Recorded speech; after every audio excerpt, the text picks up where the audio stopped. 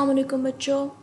कल हम लोगों ने लास्ट लेक्चर में हमने पढ़ा स्ट्रक्चर ऑफ एटम। हमने प्रोटॉन, न्यूट्रॉन और इलेक्ट्रॉन्स की डिस्कवरी पढ़ी कि किस साइंटिस्ट ने डिस्कवर किया, कि थॉर्ड रेस पढ़ी, कि नाल रेस पढ़ी। ठीक है, आज हम बच्चों पढ़ेंगे रदरफोर्ड एटॉमिक मॉडल।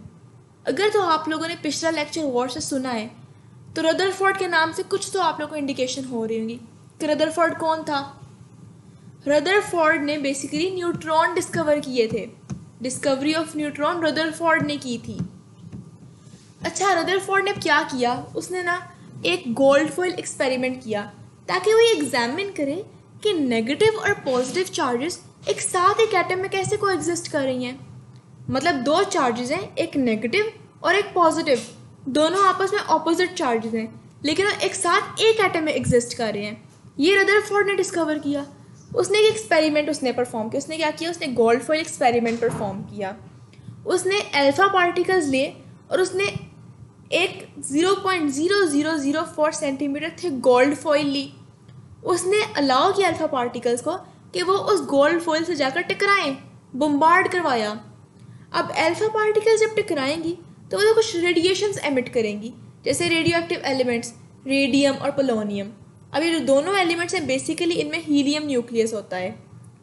इनमें एबिलिटी है कि कुछ हद तक कि मैटर में पेनिट्रेट कर सकती हैं, सिर्फ एक एक्सटेंट तक। ठीक है, अब रदरफोर्ड ने जब अलाउ किया अल्फा पार्टिकल्स को कि वो जाकर बम्बार्ड करें गोल्ड फॉइल से, तो उसने कुछ इफेक्ट्स ऑब्जर्व किए।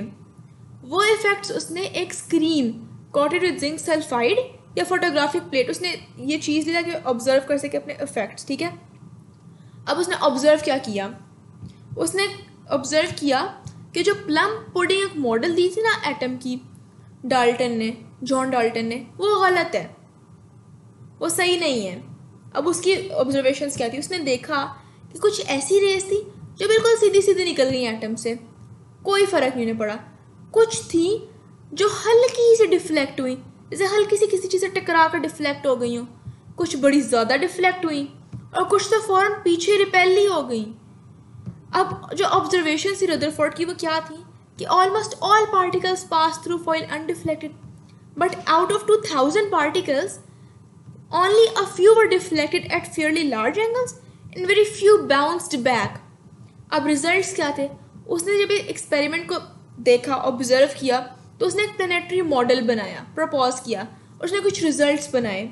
उसने क्या कहा, उसने कहा कि since most of particles pass through foil undeflected, therefore most of volume occupied by atom is empty. उसने कहा कि जब ज़्यादा से ज़्यादा आधी ज़्यादा रेज जो थी वो बगैर डिफ्लेक्शन के पास होगी तो ऑब्वियसली किसी चीज़ से नहीं टकराई तो पास हुई है ना, तो मतलब आधे से ज़्यादा जो स्पेस है एटम की वो एम्प्टी है। Deflection of few particles proof कि कोई सेंटर पॉजिटिव चार्ज का एटम में है जिसे न्यूक्लियस कहते हैं, और जो कंप्लीट रिबाउंड्स था पार्टिकल्स है उसने शो किया कि जो न्यूक्लियस है बड़ा डेंस और हार्ड है, कि न्यूक्लियस है वो गुजर नहीं सकी, वहाँ से डिफ्लेक्ट हो गई।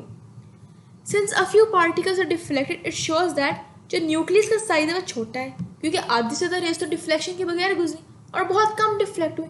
तो उसने इंडिकेट किया कि जो साइज है न्यूक्लियस का वो बहुत छोटा है, वो बहुत डेंस और हार्ड है। इलेक्ट्रॉन्स जो है रिवॉल्व करते हैं न्यूक्लियस के अराउंड, और atom as a whole neutral है क्योंकि नंबर ऑफ इलेक्ट्रॉन्स जो है ना इक्वल है number of protons. Except electrons तमाम फंडामेंटल पार्टिकल्स जो न्यूक्लियस में होते हैं उन्हें न्यूक्लियॉन्स कहते हैं। अब रदरफोर्ड ने अपनी ऑब्जर्वेशन भी कर ली, एक्सपेरिमेंट करके उसने कंक्लूजन भी दे दिया, लेकिन ऑब्वियसली कुछ डिफेक्ट्स थे उसके मॉडल में। All the Rutherford experiment prove that plum pudding model of atom was not correct, yet it had following defects. According to classical theory of radiation, जो क्लासिकल थियरी रेडिएशन के उसके accordingly electrons being charged particle should release or emit energy continuously and they should ultimately fall into nucleus. Classical theory के according तो electrons को nucleus के अंदर आना चाहिए। If electrons emit energy continuously they should form a continuous spectrum, लेकिन Rutherford में तो लाइन स्पेक्ट्रम ऑब्जर्व हुआ। अब ये दो डिफेक्ट्स हैं, ये बड़े इंपॉर्टेंट है, अक्सर शॉर्ट क्वेश्चन आते हैं डिफेक्ट्स बताएं रदरफोर्ड के। All the scientist had objections on atomic model presented by Rutherford, yet it cultivated. अब साइंटिस्ट को ऑब्जेक्शंस तो थी उस रदरफोर्ड से, लेकिन उन्होंने कुछ आइडियाज़ भी उसे प्रोवोक किए, उसकी ऑब्जर्वेशन से उन्हें कुछ आइडियाज़ मिले। उन्होंने क्या किया, कुछ क्वेश्चंस इनिशिएट किया ताकि उन्हें आंसर कर सके। How can an atom collapse और व्हाई आर एटम स्टेबल। अब पहला क्वेश्चन क्या था उनके माइंड में कि एटम कोलैप्स कैसे करते हैं और एटम स्टेबल कैसे है, एक एटम लाइन स्पेक्ट्रम कैसे देता है। साइंटिस्ट ने क्या किया, उन्होंने सोचा कि रदरफोर्ड ने एक थ्योरी तो दे दी है, एक मॉडल तो दे दिए, लेकिन इसमें तो कुछ डिफेक्ट्स हैं और इतने ज़्यादा क्वेश्चंस हैं जो अनआंसर्ड है, गैप्स आ रहे हैं। तो उन्होंने इंडिकेट किया कि ये मॉडल परफेक्ट नहीं है, यहाँ एक और मॉडल होना चाहिए। तो बच्चों हमने